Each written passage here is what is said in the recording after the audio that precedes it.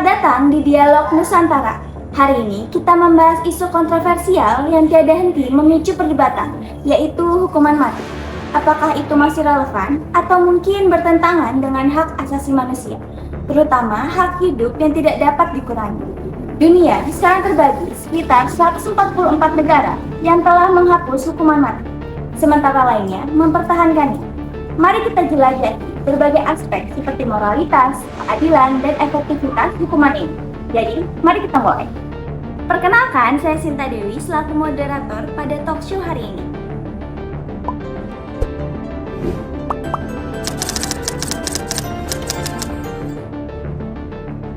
Secara global, ada dua arus besar. Arus pertama yaitu negara yang masih mempertahankan hukuman mati, seperti Indonesia, Amerika Serikat, Tiongkok, Iran, dan Arab Saudi. Alasan umumnya adalah pencegahan keras atas kejahatan luar biasa, seperti pembunuhan berantai, terorisme, narkotika, dan korupsi besar. Arus kedua yaitu negara yang telah menghapus hukuman mati, seperti Norwegia, Belanda, Kanada, Australia, dan sebagian besar negara Uni Eropa. Mereka menganggap hak hidup bersifat mutlak, dan negara tidak boleh mencabutnya apapun itu alasannya. Disinilah letak perdebatan kita pada hari ini. Sebelum masuk ke inti acara, izinkan saya memperkenalkan bintang tamu yang telah berkenan hadir pada hari ini. Di sebelah saya ada Bapak Adrian. Selanjutnya ada Bapak Rifki. Selanjutnya ada Bapak Ibrahim. Selanjutnya ada Bapak Radit. Selanjutnya ada Ibu Syakira. Dan yang terakhir ada Bapak Elkam. Mari kita mulai dari Bapak Rifki. Mengapa hukuman mati masih dianggap perlu? Silakan memberikan argumennya. Baik, terima kasih kepada Ibu Moderator. Jika bicara secara normatif ya, Indonesia memang sudah memberi ruang hukuman mati untuk extraordinary crime. Dan dalam KUHP yang baru, hukuman mati ditetapkan sebagai pidana khusus dan alternatif, bukan sebagai utama. Misalnya, dalam kejahatan terorisme, korupsi besar yang merusak sebuah negara, atau narkotika kelas berat. Dan saya juga sangat memahami sensitivitas pasal, jadi saya hanya menyebutkan bahwa kerangka hukum Indonesia masih membuka ruang ini demi melindungi masyarakat dari pelaku kejahatan yang mengancam nyawa banyak orang. Contoh yang paling jelas itu eksekusi bom yang terjadi di Bali yang sudah menewaskan 202 orang dan tingkat ancaman serta dampaknya yang sangat luar biasa. Baik, terima kasih argumennya Bapak Rifki. Selanjutnya kita akan beralih ke Bapak Adrian. Terima kasih kepada moderator telah menyempatkan saya untuk berbicara. Di sini banyak negara yang mempertahankan hukuman mati, memiliki tingkat kejahatan berat yang lebih terkendali dibanding sebelumnya.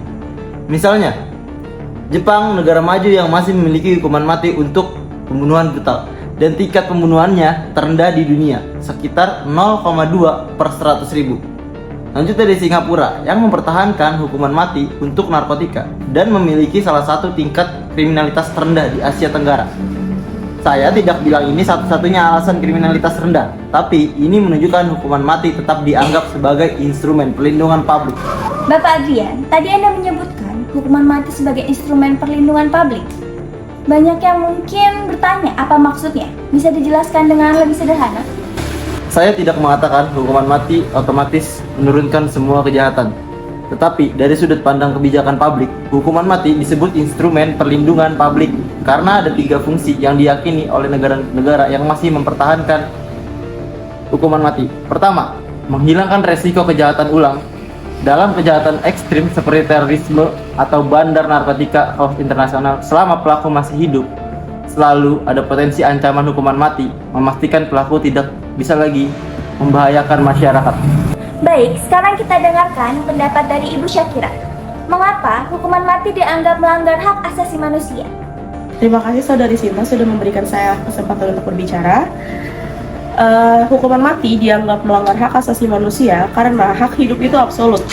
Negara tidak bisa meniru tindak pembunuhan dengan membunuh itu sendiri. Kesalahan vonis itu nyata.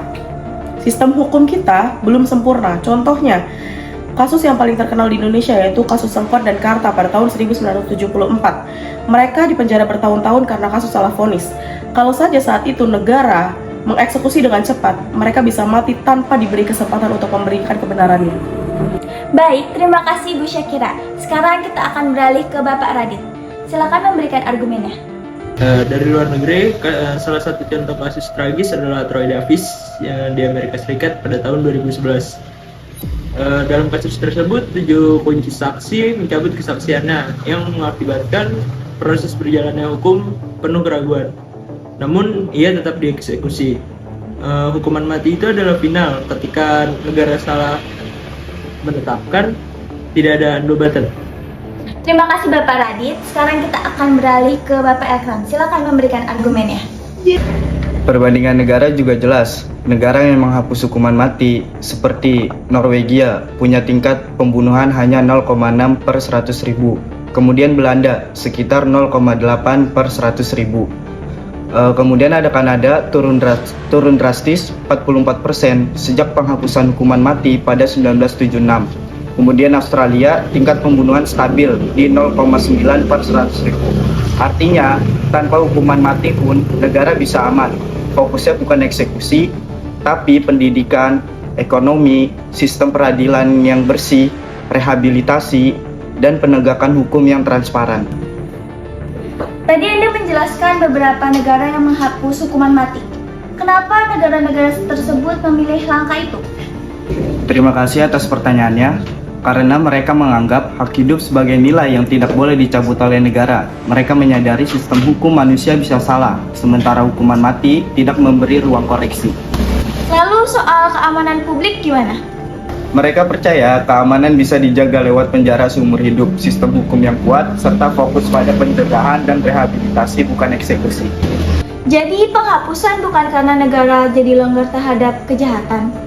Bukan, justru karena mereka memilih pendekatan keadilan yang lebih manusiawi dan berhati-hati.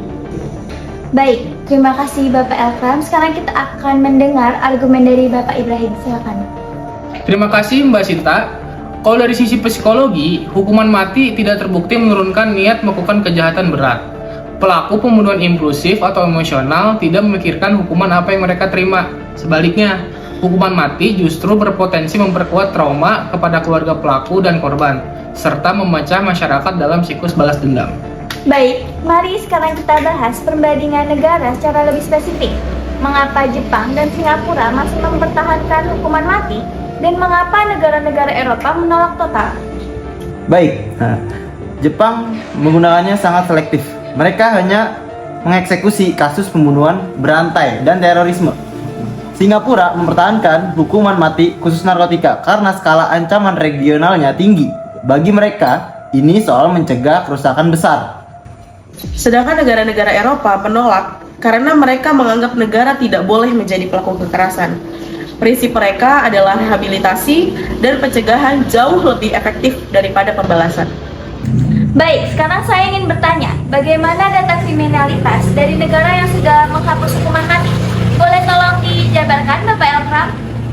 Baik, data global menunjukkan bahwa negara tanpa hukuman mati tidak otomatis menjadi lebih berbahaya. Justru sebaliknya, banyak di antara mereka adalah negara paling aman di dunia. Contohnya Islandia, Norwegia, Denmark, Swiss, semuanya menghapus hukuman mati dan tingkat kriminalitas rendah. Kanada setelah menghapus hukuman mati pada 1976, tingkat pembunuhan turun dari 3,09 menjadi 1,76 per 100 ribu dalam 20 tahun.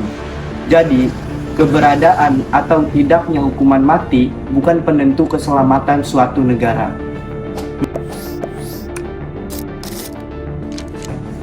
Menurut saya, kita harus tetap memikirkan keselamatan masyarakat dan keadilan korban. Iya betul, tetapi keadilan tidak berarti harus mencabut nyawa. Hukuman mati itu harus selektif, bukan dihapus total. Tapi risiko salah vonis itu bukan hal kecil, itu taruhan nyawa.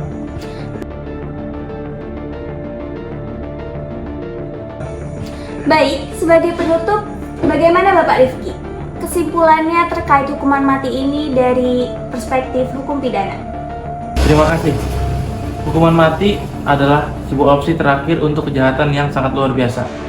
Contohnya di Jepang, hukuman mati masih diterapkan secara sangat selektif untuk pembunuhan paling ekstrim dengan proses hukum yang ketat.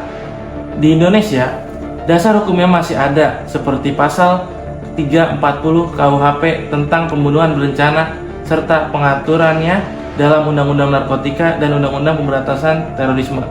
Namun, dalam Undang-Undang Nomor 1 Tahun 2023 tentang KUHP, hukuman mati ditetapkan sebagai pidana khusus yang bisa diubah menjadi seumur hidup setelah masa percobaan. Dan selain itu, Pasal 28J Undang-Undang Dasar 1945 memberi ruang pembatasan HAM demi kepentingan umum. Karena itu, selama diatur hukum positif, hukuman mati masih dipandang sah sebagai instrumen perlindungan masyarakat sepanjang diterapkan secara selektif dan bertanggung jawab. Baik, terima kasih Bapak Rifki. Sekarang saya ingin mendengar dari Ibu Syakira. Boleh memberikan kesimpulannya? Dari perspektif penelitian hak asasi manusia, termasuk kerja kami, bersama berbagai LSM hak asasi manusia, kami melihat hukuman mati beresiko tinggi melanggar hak hidup dan membuka peluang kesalahan yang tidak dapat diperbaiki. Dalam banyak pendampingan korban dan riset lapangan, LSM menemukan bahwa eksekusi tidak terbukti efektif menurunkan kejahatan. Negara-negara yang menghapus hukuman mati justru menunjukkan keamanan tetap terjaga melalui pendidikan, pencegahan, dan sistem peradilan yang bersih. Karena itu, keadilan tidak harus menghilangkan nyawa. Perlindungan masyarakat bisa dicapai dengan cara yang lebih manusiawi dan berkelanjutan. Baik, kita sampai pada akhir diskusi. Kita telah mendengarkan bahwa hukuman mati dipandang sebagai perlindungan publik dan bentuk keadilan tertinggi untuk kejahatan luar biasa. Mereka menekankan kasus-kasus berat seperti pembunuhan berantai dan terorisme, serta contoh negara seperti Jepang dan Singapura. Dan juga kita telah mendengar bahwa hak hidup adalah hak yang tidak boleh dicabut oleh negara. Resiko salah vonis menjadi alasan utama penolakan, ditambah fakta bahwa baik negara tanpa hukuman mati tetap aman bahkan memiliki tingkat kriminalitas yang lebih rendah. Kesimpulannya, isu hukuman mati ini bukan soal hukum tetapi soal nilai. Apakah kita menilai negara sebagai pelindung atau penghukum? Apakah keadilan berarti pembalasan atau pemulihan? Perdebatan ini tidak akan selesai hari ini, tapi diskusi seperti ini penting agar masyarakat bisa memahami dan mengambil posisi yang lebih sadar. Terima kasih kepada seluruh bintang tamu dan pemirsa di rumah. Semoga diskusi ini memberikan perspektif yang lebih luas mengenai hukuman mati dalam kaitannya dengan HAM. Sampai jumpa di episode selanjutnya.